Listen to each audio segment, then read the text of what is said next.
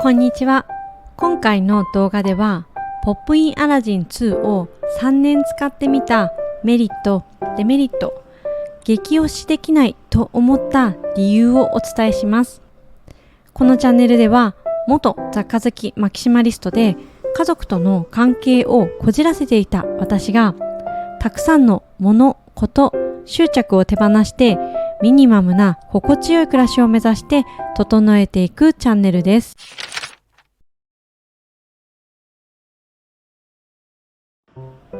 3年前に購入してすごく気に入って使っていたポップインアラジン2が今年に入ってから不具合を起こしました。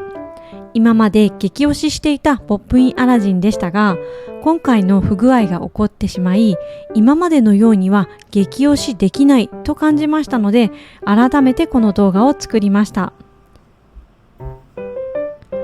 我が家はちょうど3年前の2022年の8月に楽天市場でポップインアラジン2を購入しました。3年使ってみて感じたメリット、デメリット、そして最近起こった不具合とその対処を踏まえて、アラジン X がどんな方におすすめかをお伝えします。プロジェクターを探している方、アラジン X の購入を検討している方は、ぜひ最後までご覧ください。まずは3年使ってみてのメリットを7つご紹介します。メリット1つ目、取り付けが簡単。通常取り付ける照明のシーリングにアラジンのアダプターを取り付けてからドーナツ状の本体を取り付けてアダプターと接続、そしてカバーをつければ設置ができます。見た目が大きいので重そうに見えますが、本体はかなり軽いです。天井シーリングにしっかりと手が届けば女性でも取り付けやすいです。メリット2つ目、照明と兼用ができる。リビングに設置をしていますが、アラジンを使用しないときには照明として使用することができます。明るさも色合いも設定ができるので、かなり明るくすることもできますし、落ち着いた感じに調節することもできます。我が家はもともとついているダウンライトを使用しているので、照明として使うことはほとんどありませんが、プロジェクターを見ていないときは照明になるのはとても便利だと思います。メリット3つ目、スペースが不要。他のプロジェクターの場合は同じ高さに配置する必要があって、棚の上に置く必要があったり、床に置いて投影するものもあったりしますが、このポップインアラジンは天井に設置しているのでスペースも不要ですし、生活していて気になることもありません。メリット4つ目、配線コードがない。私はこれに最大級のメリットを感じているのですが、アラジンは配線がありません。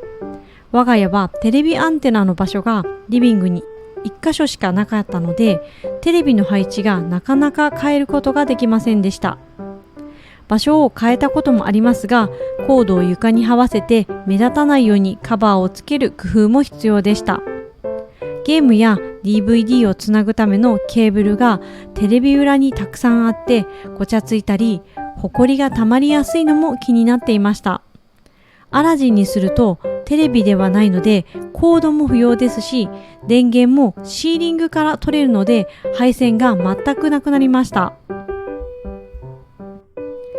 メリット5つ目、大画面で映画や YouTube などを楽しめる。設置場所によっては画面の大きさは変わるので、それはこの後デメリットの方でお伝えします。我が家の場合は70インチ程度の大きさの画面で見ることができるので、テレビよりは圧倒的に迫力があります。ドラマや映画を見ることも多いですが、迫力があって特に映画は楽しめています。サッカーの試合観戦も選手が近くに見えてとても良かったです。メリット6つ目、音質が良い。映画を見るときには迫力もあって映画館のような感じも楽しめますし、ライブ映像は真っ暗にしてみると臨場感もあって楽しめます。最近はフジロックも海外のフェスも生中継してくれるので、そこに行けなくても音楽と映像が楽しめるのがとてもありがたいです。メリット7つ目、Bluetooth 機能で音楽を流すことができる。この機能を全然使っていなかったのですが、Bluetooth でスマホとつないで Amazon Music を流すこともできます。カフェっぽい音楽を流してコーヒーを飲めば家で作業もはかどります。ここからはデメリットと感じた3つのことをご紹介します。デメリット1つ目、設置場所によっては画面が小さくなる。天井のシーリングからスクリーンの壁面までの距離によって画面のサイズが変わります。距離が近いと画面が小さくなって離れると大きくなるので注意が必要です。せっかく購入しても設置してみたらテレビの大きさと変わらないということもあるので、必ず購入前に確認してから検討してみてください。デメリット2つ目、日中に見えにくい。我が家は日当たりのかなり良いリビングスペースに設置をしていて、厚手のカーテンなどもないので、天気が良い日は正直ほとんど見えません。休日に映画を見るときはシャッターを閉めて和室の扉も閉めて映画を見ています。デメリット3つ目、3年で不具合が起こる可能性がある。今年に入り画面に小さなドットが7つくらいできました。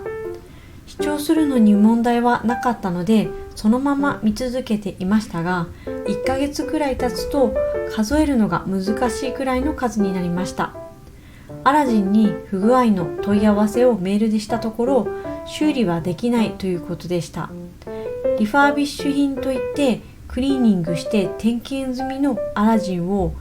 4万円で購入する、もしくは新商品のアラジン2ライトを6万4800円で買い替えるという提案をしていただきました。そこからさらに3ヶ月ほど様子を見たのですが、もっとさらに小さな黒いドットと白いドットが無数に増えて縦線も出てきてしまい、結局リファービッシュ品を4万円で購入しました。私より数年前に購入した弟も同じ状態で画面が見えなくなって、その時は無償で交換してもらったそうです。今は同じような不具合がおそらく増えているので、対応が変化しているのではないかと思います。メリット、デメリットを踏まえて、アラジンはこんな方におすすめです。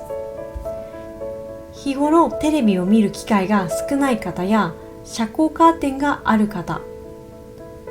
部屋の遮光を調整しやすい方、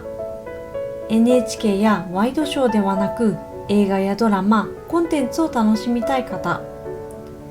テレビアンテナなどの配線や設置場所に悩まされている方、リスクがあったとしてもアラジンのメリットの方が大きいと感じた方、この5つに当てはまる方はぜひアラジンのサイトで設置場所の条件を確認してみてください。今回このような不具合が起きてしまいましたが、3年間アラジンのメリットを体感していて、これ以上に条件が揃っているものを見つけることは難しいと判断して、またアラジンを選びました。この一件でアラジンは誰にでも激推しはできないと感じましたが、それでも使い続けたくなる魅力がいっぱいの商品であることは間違いないと思います。今回も最後までご視聴いただきありがとうございました。この動画が少しでも役に立ったらグッドボタン、チャンネル登録をお願いします。また次の動画でお会いしましょう。